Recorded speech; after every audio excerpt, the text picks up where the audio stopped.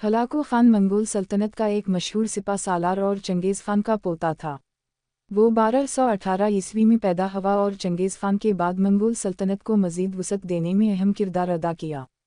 Hulagu Khan ने मशरिक़ वस्ता और Iran में मंगोलों की फतूहत को बढ़ाया और 1258 ईस्वी में बगदाद पर हमला करके अब्बासी खिलाफत का खात्मा किया, जो इस्लामी तारीख़ का एक अहम वाक़या है।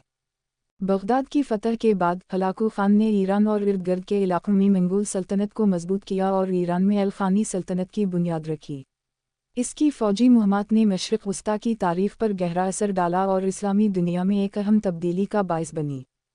हलाकू खान अपने घोड़े पे शान से बैठा हुआ था।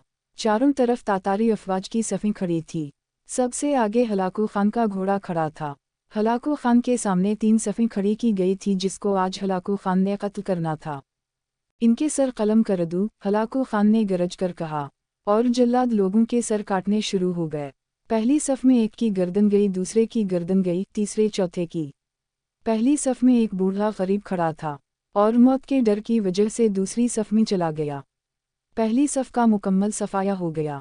हलाकू खान ये नज़रुन ने इस बूढ़े को देख लिया था कि वो मौत के खौफ से अपनी पहली सफ़ छोड़कर दूसरे सफ़ में चला गया था।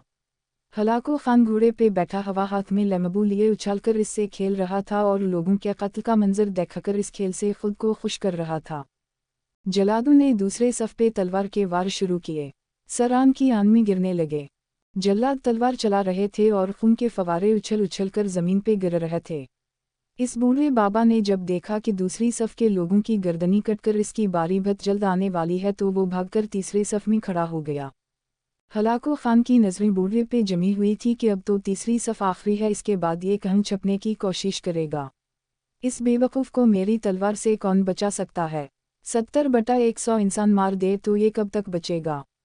तीसरी सफ़ पे जल्लादों की तलवार बिजली बनकर गिर रही थी। हलाकू खान की नज़रें मुसलसल इस बूढ़े पे थी कि कैसे वो बेचैन होकर मौत की वजह से बेकरार है।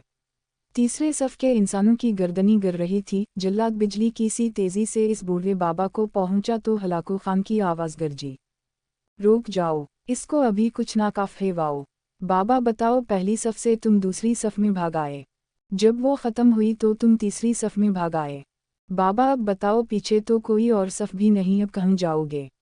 अब तुमको मुझसे कौन बचाएगा? इस बूढ़े ने आसमान की तरफ देखा, फिर कुछ वक्त बाद कहा, मैंने पहली सफ़ को इसलिए छोड़ा कि शायद मैं दूसरे में बच जाऊँ, लेकिन मौत वहाँ भी पहुँची। फिर मैं ये दूसरे सफ़ को छोड़ दिया कि शायद तीसरी में बच जाऊँ। हलाकू ने लेमू को हाथ में उछालते हुए कहा, बाबा कैसी खाम ख्याली है ये, कैसी बहकी बातें कर रहे हो, भला मेरी तलवार से भी कोई बच सकता है? इस बूढ़े ने कहा, वो ऊपर वाली ज़ात अगर चाहे तो एक लम्हे में इनकलाब आ सकता है और मुझे बचा सकता है। कैसे बचा सकता है? हलाकू खान ने इतने जोश में कहा कि इसके हाथ से लेमू गिर गया। हलाकू खान चाबुक दस्त होशियार जंगजू और चालाक इंसान था। हलाकू खान घोड़े के ऊपर बैठते हुए गिरे हुए लेमू के लिए खुद को झुकाया कि ज़मीन पे गिरने से पहले वो लेमू को पकड़ ले। इस कोशिश में हलाकू खान का पाँव रुकाब से निकल गया और वो घोड़े से नीचे गिर गई। हलाकू खान का घोड़ा बदक गया। हलाकू ने खुद को बचाने की कोशिश की, लश्कर भी हरकत में आ गया, लेकिन घोड़ा इतना बदक गया था कि इसने हलाकू को पत्थरों में घसीटकर इसका सर पत्थरों से पटक पटक कर मार दिया। लश्कर ने जब हलाकू खान का घोड़ा पकड़ा तो उस वक्त हलाकू खान मर गया था। हलाकू का लश्कर इस बाबा से इतना खौफजदा हो गया था कि लश्कर ने इस बूढ़े को नज़रअंदाज कर दी।